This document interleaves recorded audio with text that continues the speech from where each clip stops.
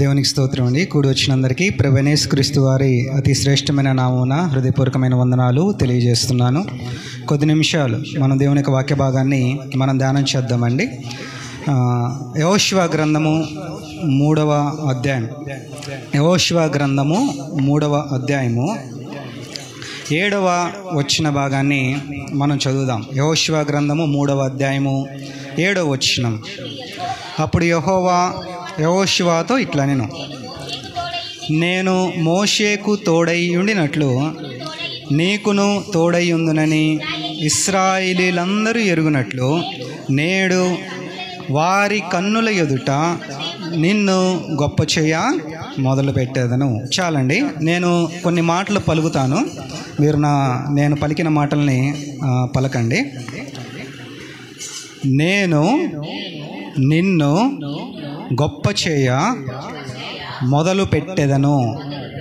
నేను నిన్ను గొప్ప చేయ మొదలు పెట్టెదను. ప్రియులారా, ఈ రోజున మనము ఒక శ్రేష్టమైన వర్తమానాన్ని మనం ధ్యానం చేద్దామండి. మనం దేవుని వాక్యాన్ని మనం చూస్తున్నాం. మనము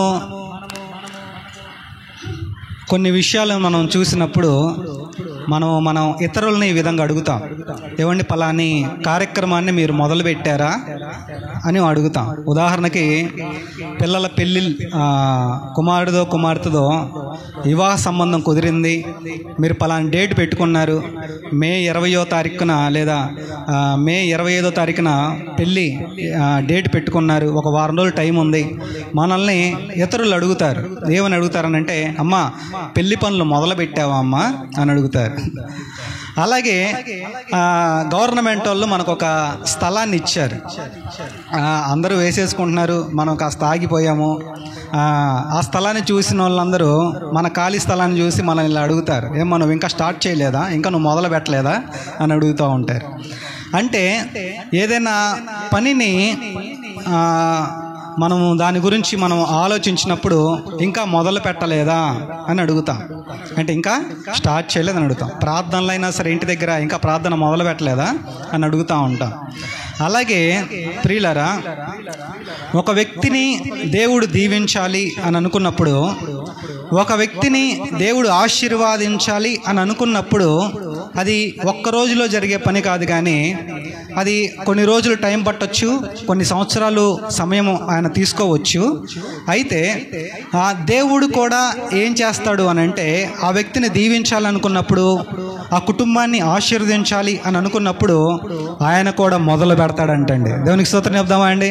హల్లెలూయా. కాబట్టి ఆయన మొదలు పెట్టాలి, ఆయన నిన్ను దీవించడం మొదలు పెట్టాలి, ఆయన నిన్ను ఆశీర్వదించడం మొదలు పెట్టాలి, నీ కుటుంబాన్ని కట్టడం ఆయన మొదలు పెట్టాలి. యెహోషువ జీవితంలో దేవుడు యెహోషువ తోటి ఒక వాగ్దానం చేస్తున్నాడు, యెహోషువ తోటి ఒక మాట ఇస్తున్నాడు. ఏంటి ఆ మాట? ఏంటంటే, యెహోషువ నువ్వు భయపడవద్దు, యెహోషువ నువ్వు కుడికైన ఎడమ తట్టైన నువ్వు తిరగవద్దు, యెహోషువ నువ్వు నిబ్బరం కలిగి ఉండు, యెహోషువ ఈ రోజు నుంచి, ఈ క్షణం నుంచి నేను ఒక ప్రణాళిక నీ పట్ల కలిగి ఉన్నాను, నేను నిన్ను గొప్ప చేయ మొదలు పెట్టేదను అనే మాట దేవుడు యెహోషువ తోటి చెప్తున్నాడండి. దేవుడు యెహోషువ తోటి చెప్తున్నాడు. కాన్సెప్ట్ ఏంటంటేనండి, దేవుడు మొదలు పెట్టాడు అంటే మనల్ని, మన పట్ల ఆయన కృపను చూపించడం మొదలు పెట్టాడు అని మనం ఎలా తెలుసుకోవచ్చు? దేవుడు మొదలు పెడుతున్నాడని, ఆయన ఇంకా స్టార్ట్ చేశాడని మనం ఎలాగ గుర్తించవచ్చు? ఆ సూచనలు ఏంటి? ఆ యొక్క సూచనలు ఏంటి? కరోనా వచ్చిందండి, అందరూ ఏం మొదలు పెడతారు? తుమ్మడం దగ్గడం మొదలు పెడతారు. ఫస్ట్ వేవ్ వచ్చింది, తర్వాత సెకండ్ వేవ్ వచ్చింది, మూడోసారి కూడా రాబోతుంది అని అంటే ఏంటి లక్షణాలు అని అంటే, ప్రతిదానికి కొన్ని లక్షణాలు ఉంటాయి. కరోనాకి లక్షణం తుమ్మడం దగ్గడం, దానికి ఒక లక్షణం. టైఫాయిడ్ ఫీవర్కి కూడా కొన్ని లక్షణాలు ఉంటాయి. కంటిన్యూస్గా నువ్వు ఎన్ని ట్యాబ్లెట్లు వేసుకున్నా కానీ వారం 2 వారాల దాకా అది తగ్గదు. ఆ లక్షణాలు ఉంటే నీకు టైఫాయిడ్ ఉన్నట్టు లెక్క. అలాగే కొన్ని వ్యాధులకి కొన్ని లక్షణాలు ఉంటాయి. పలాని వ్యాధి వచ్చేసింది అని అనటానికి లక్షణాలు ఉంటాయి. అలాగే మనం వివాహాలు కావట్లేదని మనము దిగులు పడుతూ ఉంటాం, లేదంటే పెళ్లి కొడుకో పెళ్లి కుమారుడికో మనము చింతపడుతూ ఉంటాం. వాడికి పెళ్ళి కావాల్సిన టైం కూడా ఒక లక్షణాలు వచ్చేస్తాయి పెళ్లి కొడుకులో. నువ్వు వద్దన్నా కానీ వాడు ఆ టైంలో నాకు చేసేయండి అని వెనకాల పడతా ఉంటాడు. అంటే ఆ లక్షణాలు అనేవి వచ్చేస్తూ ఉంటాయి. అంటే ఒక తండ్రి తన కొడుకుని గురించి ఇలా చెప్తున్నాడు. నాకు ఒకసారి ఇలా చెప్పాడు, మా ఓడేంటో నిద్రపోవట్లేదయ్యా, మా ఓడేంటో చిరాకు పడుతున్నాడయ్యా, మా ఓడేంటో నా మీద గొడవ పడుతున్నాడయ్యా అని అంటా ఉన్నాడు. ఇంతకు మీ ఓడి వయసు అంతా అని అడిగాను. 32 వచ్చాయా, అది పెళ్లి చేసుకునే వయసు అయ్యా, వాడు ఆ లక్షణాలని నీ మీద చూపిస్తున్నాడు, అర్జెంటుగా వాడికి పెళ్లి చేయమని చెప్పాను. అంటే కొన్ని జరుగుతున్నప్పుడు వాటి లక్షణాలు బయటపడతా ఉంటాయి. అలాగే దేవుడు గొప్ప చెయ్య మొదలు పెట్టేటప్పుడు మనకు కొన్ని లక్షణాలు చూసి ఆయన మొదలు పెడతాడు. ఏంటి ఆ లక్షణాలు, ఎప్పటి నుంచి దేవుడు మొదలు పెడతాడో నేను మీకు ఈరోజున జ్ఞాపకం చేస్తాను. ప్రియులారా, మొట్టమొదటి సంగతి నేను మీకు జ్ఞాపకం చేస్తాను. చూడండి, దేవుడు ఎప్పటి నుంచి గొప్ప చేయడం మొదలు పెడతాడో నేను మీకు జ్ఞాపకం చేస్తాను. అదే యెహోషువ గ్రంథం 3వ అధ్యాయము మొట్టమొదటి వచనంలో ఈ విధంగా రాయబడి ఉంది. యెహోషువ ఎప్పుడు లేచాడంటండి? గట్టిగా చెప్పాలి, మీరు లాగట్లేదు అనుకుంటా, అందుకని చిన్నగా చదువుతున్నారు. నేను చెప్తాను, మీరు పలకండి. యెహోషువ, గట్టిగా చెప్పాలి. యెహోషువ వేకువను లేచినప్పుడు. మా వల్ల కాదన్నయ్య అని అంటారా యవన బిడ్డలు? యెహోషువ వేకువనే లేచినప్పుడు.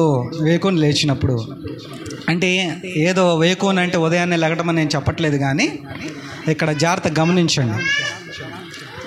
యెహోషువ ఇక్కడ ఏం చేస్తున్నాడు అని అంటే తన టైం టేబుల్ని తను మార్చుకుంటున్నాడు, తన సిద్ధాంతాలని తను మార్చుకుంటున్నాడు, తన పద్ధతుల్ని తను మార్చుకుంటున్నాడు.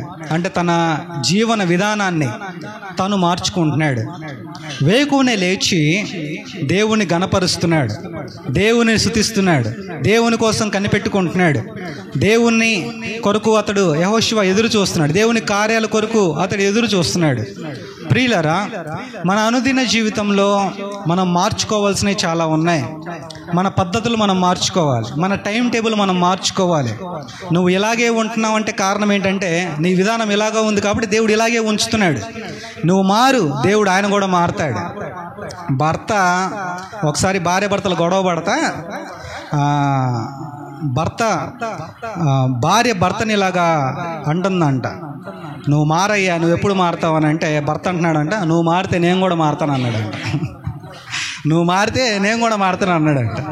అలాగే మనం చాలా విషయాలలో మన పద్ధతిని మనం మార్చుకోవట్లే. అసలు ఫస్ట్ ఉదయాన్నే లెగిసే విషయంలో మనం మన పద్ధతిని మార్చుకోవట్లే. ఉదయాన్నే లేచి దేవుని స్తుతించే విషయంలో, దేవుని గణపరిచే విషయంలో మన పద్ధతి మార్చుకోవట్లే. ఏదో 1-2 రోజులు అలాగ ఉద్రేకం వచ్చినప్పుడు, ప్రసంగాలు కొంచెం బలంగా వచ్చినప్పుడు అలాగా మనం మరుసటి రోజు లెగుస్తాము, దేవుని గణపరుస్తాం, కానీ మరలా మావుమూలు అయిపోతుంది. మన జీవన విధానాన్ని మనం మార్చుకోవట్లే. ప్రియులారా, కొంతమంది తమ ఇంటిని చక్కబరుచుకునే విషయంలో అలాగే ఉంటారు. కొంతమంది ఇళ్ళకి వెళ్తేనండి, వాళ్ళ ఇంట్లోకి అడుగు పెట్టడం కంటే మున్సిపాలిటీ కాలువలోకి అడుగు పెట్టడం బెటర్ అనిపిస్తుంది. అంటే అంత చండాలంగా ఉంటాయి, అంత దరిద్రంగా ఉంటాయి. వాళ్ళు మారరు, చురుకుగా ఉండరు, సోమర్తనంగా ఉంటారు, తమ జీవన విధానాన్ని మార్చుకోరు, తమ పద్ధతుల్ని మార్చుకోరు. ప్రియులారా, బైబిల్లో ఒక మాట రాయబడి ఉంది, బద్ధకముగా పనిచేయవాడు దరిద్రుడగును, సోమరి దరిద్రుడు అవుతాడు. చురుకుగా ఉండడం గొప్ప భాగ్యమని బైబిల్లో రాయబడి ఉంది. శ్రద్ధగా పనిచేసేవాడు ఏలుబడి చేస్తాడని బైబిల్లో రాయబడి ఉంది. గనుక ప్రియులరా, మన జీవన విధానాన్ని మార్చుకోవాలి. అసలు మనం ఎన్ని గంటలకు లెగుస్తున్నాం, మనం ఎన్ని గంటలకు టిఫిన్ చేస్తున్నాం, మనం ఎన్ని గంటలకు భోజనం చేస్తున్నాం, మనం ఎన్ని గంటలకి రాత్రులు తింటున్నాం, మనం ఏ టైం ఎవరితో మాట్లాడుతున్నాం, మనం ఏ సమయం ఎలా గడుపుతున్నాం, మన జీవన విధానము లోక సంబంధంగా ఉందా, మన జీవన విధానము ఆత్మ సంబంధంగా ఉందా, దేవునితో సమయం ఎలా దేవునితో మనం గడుపుతున్నాం, మనం ఎలా దేవుని గణపరుస్తున్నాం, ఎలా దేవుని మహిమపరుస్తున్నాం, అసలు మన పద్ధతులను మనం మార్చుకోవాలి, మన విధానాన్ని మనం మార్చుకోవాలి, మన బిహేవియర్ని మన ప్రవర్తనను మనం మార్చుకోవాలి. మనం సరిగ్గా దేవుడు ఆశీర్వదించడం మొదలుపెట్టే విధంగా మనం ఉండాలి. దేవునికి స్తోత్రం చెప్దామా అండి? హల్లెలూయా. గనుక అప్పుడు దేవుడు మనల్ని ఆశీర్వదించడము మొదలు పెడతారు. నువ్వు ఉదయాన్నే లే, ఒక అరగంట సేపు దేవునితో గడుపు, నీ జీవితం దేవుడు ఎలా మారుస్తాడో మీరే సాక్ష్యం చెప్తారు దేవుని సన్నిధిలో. అయ్యా, నేను ఎప్పుడైతే నా విధానాన్ని నేను మార్చుకున్నానో అప్పుడు దేవుడు కార్యాలు చేయడం ప్రారంభించాడు, దేవుడు కార్యాలు చేయడం మొదలు పెట్టాడు, మీరే సాక్ష్యం చెప్తారు ఆదివారం పూట ఒక రోజున. గనుక ప్రియులారా, ఇప్పుడు ఎలాగున్నామో అలాగే ఉంటే ఆయన కూడా మొదలు పెట్టాడు. మీరు అలాగే ఉంటారు, ఆయన కూడా అలాగే ఉంటాడు. యెహోషువ వేకునే లేచాడని దేవుని వాక్యం తెలియజేస్తుంది. తన విధానాన్ని మార్చుకుంటున్నాడు, తన పద్ధతుల్ని మార్చుకుంటున్నాడు అనే విషయాన్ని నేను మీకు జ్ఞాపకం చేస్తున్నాను ప్రియులారా.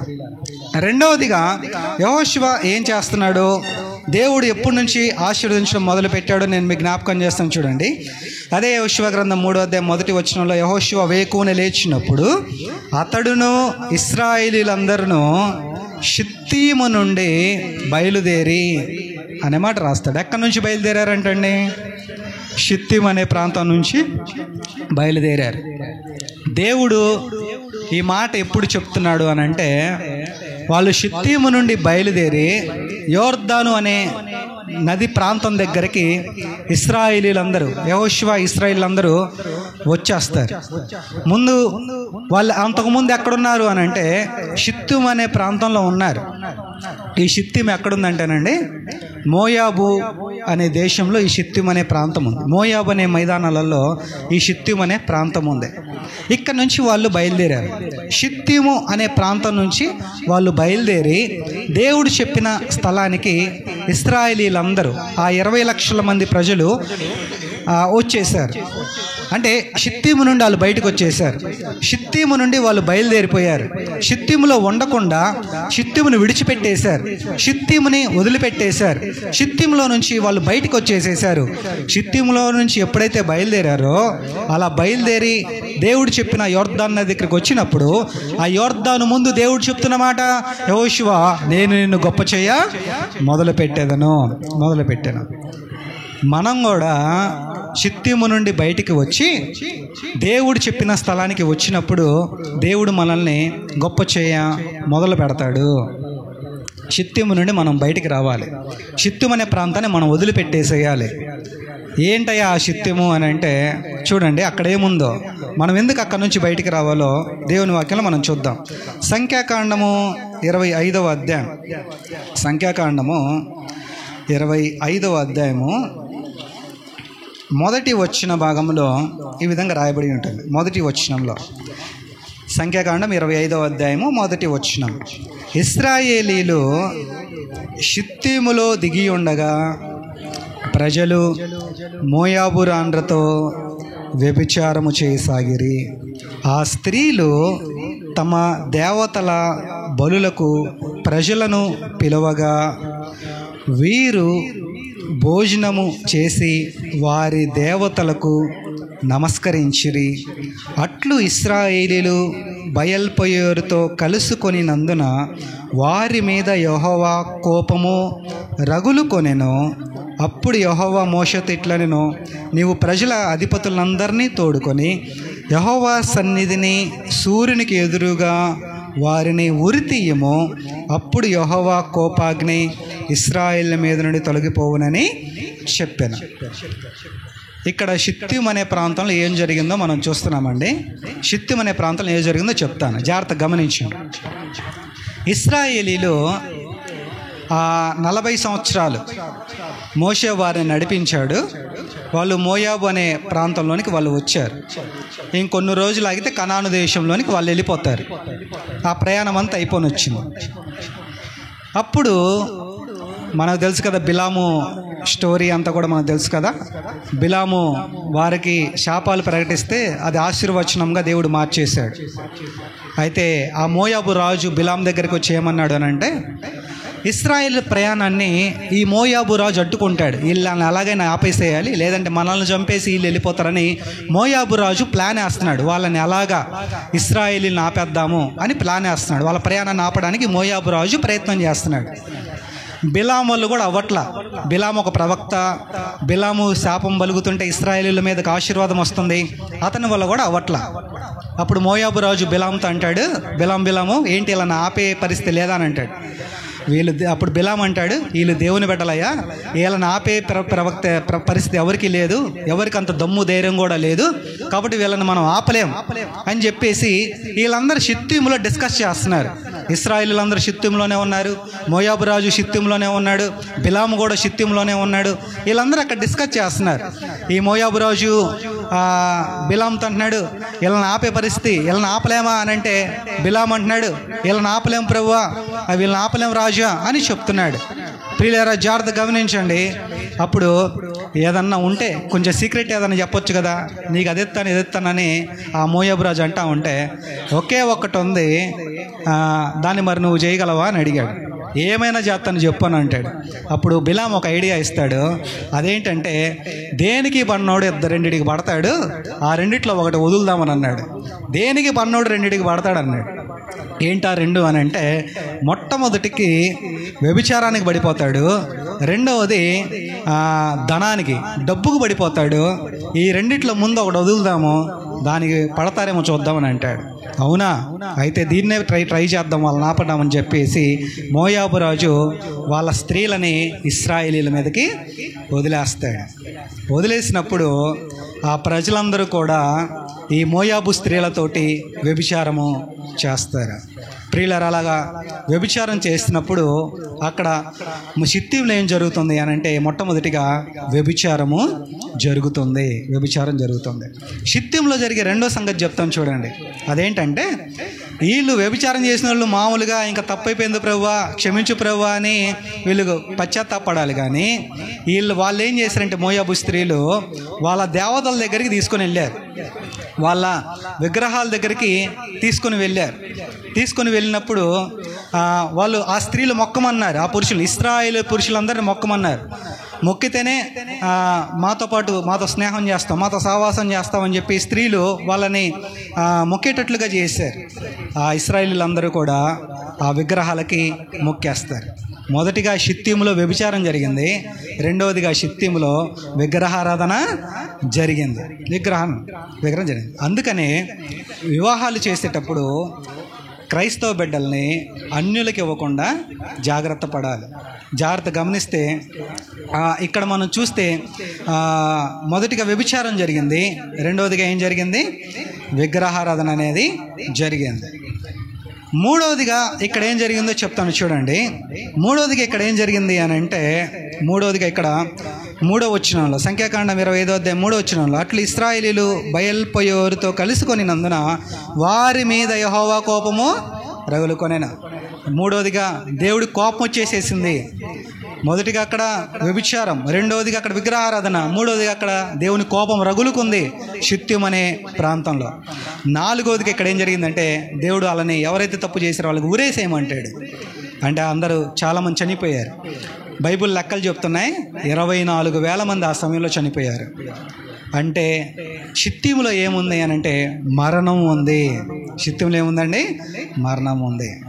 అంటే షిత్తీము అనే ప్రాంతంలో భయంకరమైన పాపపు స్థలము, పాపపు అనుభవాలు షిత్తీము అనే ప్రాంతంలో ఉన్నాయి.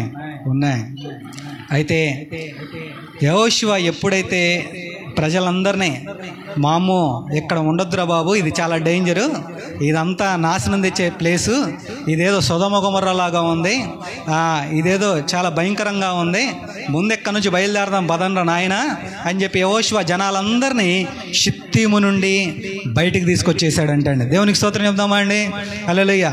అప్పుడు దేవుడు అంటున్నాడు, ఇప్పుడు నాకు నచ్చినట్టుగా ఉన్నారా నాయన మీరు, నేను మిమ్మల్ని గొప్ప చేయ మొదలు పెట్టేదను.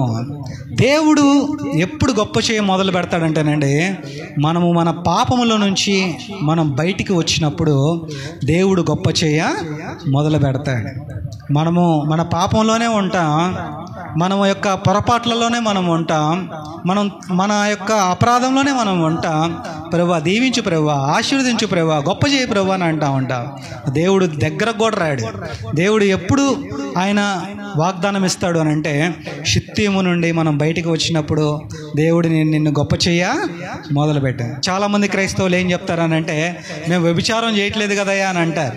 వ్యభిచారం చేస్తున్నాం. ఎలాగో చెప్తాను, జాగ్రత్తగా గమనించండి. వ్యభిచారం అంటే అర్థం ఏంటంటే, భర్తను వదిలిపెట్టి మరొక పురుషునితో సహవాసం చేయటమే వ్యభిచారం. నిన్ను నిర్మించిన వాడు నీకేమై ఉన్నాడు? భర్త అయి ఉన్నాడు. మన సృష్టికర్త మనకు భర్త అయి ఉన్నాడు. ఇంకొకడు ఉన్నాడు మనకి. ఎవరు? సాతాను, అపవాది. మన భర్తను మనం వదిలిపెట్టినప్పుడు, ఆ అపవాది దగ్గరికి మనం వెళ్ళినప్పుడు, వాడితో మనం సహవాసం చేస్తున్నప్పుడు మనం వ్యభిచారంలో ఉన్నట్టే లెక్క. గనుక ప్రియులారా, అపవాది నుంచి, వాడి పరిసరాల నుంచి మనం బయటికి రావాలి. షిత్తీము అనే ప్రాంతంలో నుంచి మనము బయటికి రావాలి. అప్పుడు దేవుడు గొప్ప చేయటం మొదలు పెడతాడు. షిత్తీము అనే సినిమా థియేటర్ల దగ్గర నుంచి మనం బయటికి రావాలి. అప్పుడు దేవుడు గొప్ప చేయడం మొదలు పెడతాడు. షిత్తీము అనే సారా కొట్లలో నుంచి మనం బయటికి రావాలి. అప్పుడు దేవుడు గొప్ప చేయడం మొదలు పెడతాడు. షిత్తీము అనే టీవీ పిచ్చిలో నుంచి మనం బయటికి రావాలి. అప్పుడు దేవుడు గొప్ప చేయడం మొదలు పెడతాడు. మన పద్ధతులను మనం మార్చుకోవాలి. మన జీవన విధానాన్ని మనం మార్చుకోవాలి. రెండవదిగా, షిత్తీము అనే ప్రాంతంలో నుంచి, పాపంలో నుంచి మనం బయటికి రావాలి. అప్పుడు దేవుడు మనల్ని గొప్ప చేయడము మొదలు పెడతాడు. ప్రియులారా, ఇక్కడ విషయాన్ని చెప్తాను, జాగ్రత్తగా గమనించండి. దేవుడికి రెండు తెలుసండి. ఒకటి, మనల్ని గొప్ప చేయటము మొదలు పెట్టడం దేవుడికి తెలుసు. రెండవది, శిక్షింప మొదలు పెట్టడం కూడా దేవుడికి తెలుసు. మనం ఒకవేళ ఆ షిత్తీములోంచి మనం బయటికి రాలేదా, శిక్షించ మొదలు పెట్టడం కూడా దేవుడికి తెలుసు. ఎలాగో చెప్తాను చూడండి. సంసోను అనే బలవంతుడు మనందరికీ తెలుసు కదా. అతడు ఎవరు జయించలేరు, సింహాన్ని చీల్చినోడు, అంత బలవంతుడు సంసోను. ఎప్పుడైతే సంసోను ఆ గాజా అనే ప్రాంతంలోనికి వెళ్ళి ఆ దలీలా అనే స్త్రీని మోహించి ఆమె గదిలోనికి వెళ్ళి ఆమె తొడ మీద నిద్రపుంచుద్ది సంసోన్ని. ఫిలిస్తీన్లకు చెప్పుద్ది, ఫుల్గా నిద్రలో ఉన్నాడు కాబట్టి ఆ వెంట్రుకల్ని తీసేయండి అని చెప్పినప్పుడు, సంసోనికి గుణదల్లో గుండు కొట్టినట్టుగా, కాకానీలో గుండు కొట్టినట్టుగా సంసోనికి గుండు కొట్టినప్పుడు అప్పుడు ఏం జరిగిందో ఒక విషయం మీకు జ్ఞాపకం చేస్తాను. చూడండి, న్యాయాధిపతుల గ్రంథము 16వ అధ్యాయం 19వ వచనాన్ని మనం చూడండి. ఆమె తన తొడ మీద అతని నిద్రపోంచి ఒక మనిషిని పిలిపించి వాని చేత అతని తల మీద 7 జడలను క్షౌరము చేయించి అతన్ని బాధించుటకు మొదలుపెట్టెను. ప్రియులరా, అంటే సంసోను ఎప్పుడైతే ఆమె దగ్గరికి వెళ్ళాడో, ఎప్పుడైతే సంసోను పాపంలో పడిపోయాడో, అప్పుడు ఏం మొదలయ్యాయి? సంసోనికి బాధలు మొదలయ్యాయి. బాధింపబడడం మొదలు పెట్టబడ్డాడు. గనుక రెండిట్లో మనం ఖచ్చితంగా ఉంటాం. మనం పాపం చేస్తే దేవుడు బాధించడం మొదలు పెడతాడు. మనం ఆయన వైపు తిరిగితే దేవుడు ఆశీర్వదించడం మొదలు పెడతాడు. దేవునికి స్తోత్రం చెప్దామా అండి? లేదా మరి ఏం మొదలైందో మనమే ఆలోచించుకోవాలి. కాబట్టి ప్రియులారా, దేవుడు ఆశీర్వదించడము మొదలుపెట్టి, మొదటిగా మన జీవన విధానాన్ని మార్చుకోవాలి. రెండవదిగా మనం షిత్తీము నుంచి బయటికి రావాలి. మూడవదిగా ఏం చేయాలి నేను మీకు జ్ఞాపకం చేస్తాను చూడండి. అదే యెహోషువ గ్రంథం 3వ అధ్యాయము 1వ వచనంలోనే, యెహోషువ వేకువను లేచినప్పుడు అతడు ఇశ్రాయేలీయులందరూ షిత్తీము నుండి బయలుదేరి యొర్దానునకు వచ్చి దానిని దాటక మునుపు అక్కడ నిలిచిరి. నేను ఈ మాట చెప్తాను, అందరూ చెప్పండి. అక్కడ నిలిచిరి, అక్కడ నిలిచిరి. ఇక్కడ చూడండి, ఎక్కడ నిలిచారో నేను మీకు జ్ఞాపకం చేస్తాను. వాళ్ళు ఎక్కడ నిలిచారు అని అంటే, యొర్దానునకు ముందుకు వచ్చి దాన్ని దాటక మునుపు వాళ్ళు నిలిచిరి. వాళ్ళ ఒక ప్రదేశంలో వాళ్ళు నిలవబడ్డారు. యొర్దానుకు ముందు వాళ్ళ ఒక ప్రదేశంలో వాళ్ళు నిలవబడ్డారు. ఎన్ని రోజులు నిలవబడ్డారు అని అంటే, ఆ 2వ వచనంలో రాస్తాడు, 3 దినములైన తర్వాత నాయకులు పాలెంలో తిరుగుచు జనులకు ఇలాగున ఆజ్ఞాపించిరి. ఎన్ని రోజులైన తర్వాత? 3 రోజులైన తర్వాత. అంటే ఎన్ని రోజులు వాళ్ళు నిలవబడ్డారు? 3 రోజులు వాళ్ళు నిలవబడ్డారు. అంటే వాళ్ళు ఒక ప్లేస్లోకి వచ్చారు. షిత్తీము నుంచి వచ్చేసిన తర్వాత వాళ్ళు ఒక ప్రాంతంలో నిలవబడి యోర్దానుకు ముందుకు వచ్చి 3 రోజులు వాళ్ళు నిల్చుండిపోయారు. ఇంకెక్కడికి కదల్లా. 3 రోజులు ఇంకక్కడే వాళ్ళు ఉండిపోయారు.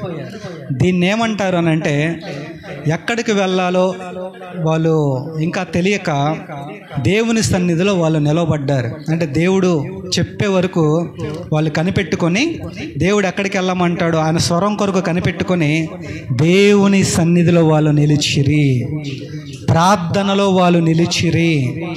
దేవుని స్వరం కొరకు కనిపెట్టుకునే విషయంలో వాళ్ళు నిలిచిరి. ప్రియులారా, ఎప్పుడైతే అలా వాళ్ళు కనిపెట్టుకొని 3 రోజులు వాళ్ళు ప్రార్థనలో నిలవబడ్డారో, ఆ 3 రోజులు అయిపోయిన తర్వాత దేవుడు వారికి ఒక వాగ్దానం చేస్తున్నాడు. యెహోషువ, నేను నిన్ను గొప్ప చేయ మొదలు పెట్టేదను. దేవుడు ఎప్పుడు మొదలు పెడతాడు అని అంటే, నువ్వెప్పుడైతే ప్రార్థన చేయడం మొదలు పెడతావో దేవుడు నిన్ను గొప్ప చేయడం మొదలు పెడతాడు. గనుక ప్రియులరా, ప్రార్థన చేయాలి. ప్రార్థన ఎక్కువగా చేయాలి. ఏకాంత ప్రార్థన ఎక్కువగా చేయాలి. అప్పుడు దేవుడు మనల్ని గొప్ప చేయటం మొదలు పెడతాడు. మన ప్రార్థన ఇలాగుంది కాబట్టే దేవుడు మనల్ని అలాగే ఉంచుతాడు. మన ప్రార్థన విధానాన్ని మనం మార్చుకోండి, దేవుడు కూడా ఆయన మనస్సును మార్చుకుంటాడు. మన ప్రార్థన విధానాన్ని మనం మార్చుకోవాలి. ఈ నామకార్థ ప్రార్థనలు వదిలేసేయాలి. ఏదో ఇది తూతు మంత్రంగా 5-10 నిమిషాలు చేసే ప్రార్థన మనం వదిలిపెట్టేసేయాలి. దేవునితో నిజంగా గడపాలి. మనస్ఫూర్తిగా ప్రార్థన చేయాలి. హృదయం ఈరోజు నేను ప్రార్థన చేస్తానని సంతోషంగా ఉండేటట్లుగా మనం ప్రార్థన చేయాలి. దేవుని సంతోషపరిచే విధానంలో మనం ప్రార్థన చేయాలి. మనం ఆ విధానాన్ని మనం మొదలుపెట్టినప్పుడు దేవుడు గొప్ప చేయడం మొదలు పెడతాడు.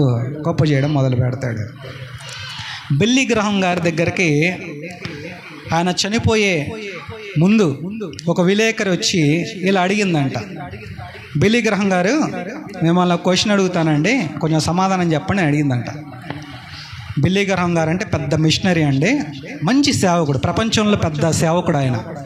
మొన్న ఈ మధ్య కాలంలో ఆయన చనిపోయాడు. మంచి పరిచర్య చేశాడు ఆయన. ఎన్నో దేశాలు, ఎన్నో కోట్ల మందిని ఆయన మార్చాడు. అంత మంచి దేవుని సేవకుడిని ఇలా అడిగింది ఒక విలేకరి, బిల్లీ గ్రహం గారు, మిమ్మల్ని క్వశ్చన్ అడుగుతానండి, సమాధానం చెప్పండి అని అడిగింది. సరే అడుగమ్మా అని అన్నాడు. మీ గనక దేవుడు ఇంకొక జన్మ గనక దేవుడు మీకు ఇస్తే మీరేం చేస్తారు అని అడిగిందంట. అప్పుడు బిల్లీ గ్రహం గారు చెప్పారంట, అమ్మా, ఇంకొక జన్మ అంటూ ఉండదు, ఉన్నది ఒక్క జన్మే, అదేదైనా ఇంకొక జన్మ అంటూ లేదు. నువ్వు అడిగావు కాబట్టి ఒకవేళ దేవుడు గనక నాకు ఇంకొక జన్మ గనక ఇస్తే, ఇంకో జన్మ గనక నాకు ఇస్తే ప్రసంగాలు తక్కువ చేస్తాను, ప్రార్థన ఎక్కువ చేస్తాను అన్నాడంట. దేవునికి స్తోత్రం చెప్దామా అండి? హల్లెలూయా. దాని విలువ నేను తెలుసుకోలేకపోయాను. అసలు విలువ మొత్తం ప్రార్థనలోనే ఉంది. కార్యాలన్నీ ప్రార్థనలోనే జరుగుతాయి. నేను తప్పు చేశాను, అసలు నేను ప్రధానమైన తప్పు చేశాను. నేను చేసిన తప్పు ఏంటంటే ప్రార్థన తక్కువ చేయడం, ప్రసంగాలు ఎక్కువ చేయడం నేను చేశాను. అసలు అలా కాదు చేయాల్సింది. నాకు గనక దేవుడు ఇంకో జన్మిస్తే ప్రసంగాలు తక్కువ చేస్తా, ప్రార్థన ఎక్కువ చేస్తానని అన్నాడంట. గనుక ప్రియులారా, ప్రార్థన చేయటంలో దేవుడు గొప్ప చేయడం నువ్వు ప్రార్థన చేయడం స్టార్ట్ చేయి, దేవుడు విడిపించడం మొదలు పెడతాడు. నువ్వు ప్రార్థన చేయడం మొదలుపెట్టు, దేవుడును నీ శ్రమలు పోగొట్టడం దేవుడు మొదలు పెడతాడు. నువ్వు ప్రార్థన చేయడం ప్రారంభించు, దేవుడు ఆయన కార్యాలు చేయటం ఆరంభిస్తాడు. ప్రార్థన ఆరంభించు, దేవుడు ఆయన ఆరంభిస్తాడు. గనుక ప్రియులారా, మనం ఆయన సన్నిధిలో ఎప్పుడైతే వాళ్ళు నిల్చోవడం మొదలు పెట్టారో దేవుడు వారిని గొప్ప చేయటము మొదలుపెట్టాడు అనే విషయాన్ని నేను జ్ఞాపకం చేస్తున్నాను. ఇంకో 2 విషయాలు చెప్తాను, జాగ్రత్తగా గమనించండి. ముగించేస్తున్నాను ఒక 2 నిమిషాలు. దేవుడు ఎప్పుడు యెహోషువని గొప్ప చేయడం మొదలుపెట్టాడు అని అంటే, యెహోషువ గ్రంథం 24వ అధ్యాయం, యెహోషువ గ్రంథం 24వ అధ్యాయము 15వ వచన భాగంలో ఈ విధంగా రాయబడి ఉంటుంది. 15వ వచనంలో, యెహోవాను సేవించుట మీ దృష్టికి కీడని తోచిన ఎడల మీరు ఎవరిని సేవించదురో, నది అద్దరిని మీ పితరులు సేవించిన దేవతలను సేవించదురో, అమోరీల దేశమున మీరు నివసించుచున్నారే వారి దేవతలను సేవించదురో, నేడు మీరు కోరుకొనడి. మీరు ఎవరిని సేవించకోరినను నేనును నా ఇంటి వారును యెహోవాను సేవించదు. ఈ మాట యెహోషువ చెప్తున్నాడు.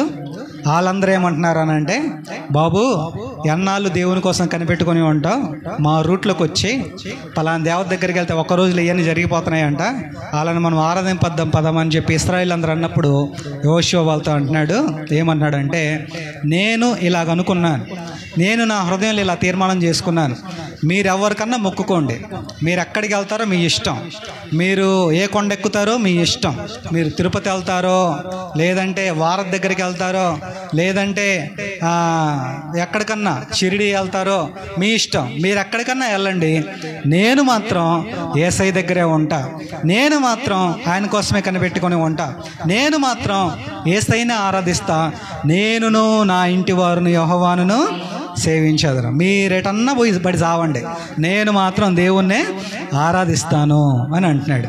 గనుక ప్రియులరా, దేవుడు ఎప్పుడు ఆయన గొప్ప చేయడం మొదలు పెడతాడు అని అంటే, నువ్వు ఒక గట్టి బలమైన తీర్మానం చేసుకున్నప్పుడు దేవుడు నిన్ను గొప్ప చేయడం మొదలు పెడతాడు.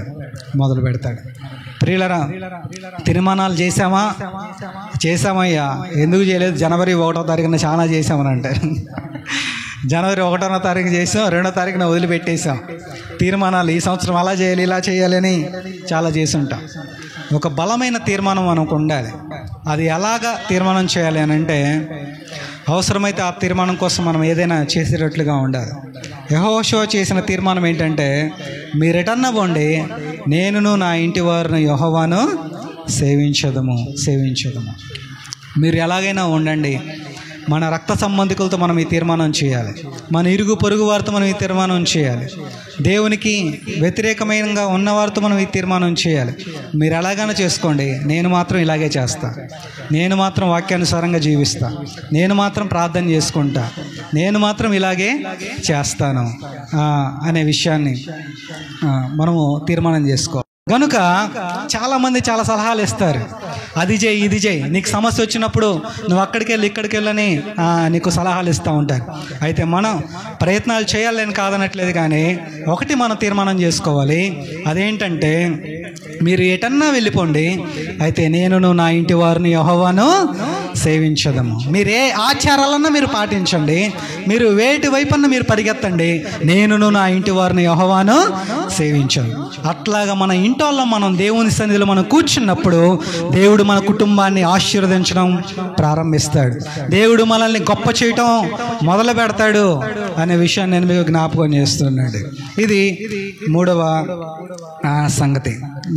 ప్రియులారా, ఆఖరి విషయం నేను చెప్పి మీకు జ్ఞాపకం ముగించేస్తాను. చూడండి, దేవుడు ఎప్పుడు గొప్ప చేయడం మొదలు పెడతాడు అని అంటే, యెహోషువ గ్రంథము 3వ అధ్యాయంలోనే దేవుడు యెహోషువ ఇశ్రాయేలులందరితో ఇలా చెప్తున్నాడు. నేను చదువుతున్నాను చూడండి. యెహోషువ గ్రంథం 3వ అధ్యాయం 3వ వచనంలో, మీరు మీ దేవుడైన యెహోవా నిబంధన మందసము యాజకులైన లేవీలు మోసుకొని పోవుట చూచినప్పుడు మీరున్న స్థలములో నుండి బయలుదేరి దాని వెంబడి వెళ్ళవలెను. మీకును దానికిని దాదాపు 2000 కొలమూరల ఎడం ఉండవలెను. మీరు వెలుత్రోవ మీరింతకు ముందు వెళ్ళినది కాదు, మీరు దాన్ని గుర్తుపట్టవలను. గనుక ఆ మందసమునకు సమీపంగా మీరు నడవరాదు. మరియు యెహోషువ, రేపు యెహోవా మీ మధ్య అద్భుత కార్యాలు చేయను గనుక మిమ్మును మీరు పరిశుద్ధపరచుకొనుడని జనులకు ఆజ్ఞాపించును. మీరు నిబంధన మందసమును ఎత్తుకొని ప్రజల ముందర నడువుడని యాజకులకు అతడు సెలవీయగా, వారు నిబంధన మందసమును ఎత్తుకొని ప్రజల ముందర నడిచిరు. వీళ్ళందరికీ యోర్దాన్ నది అడ్డొచ్చింది, నీళ్లు పొర్లి పారుతున్నాయి.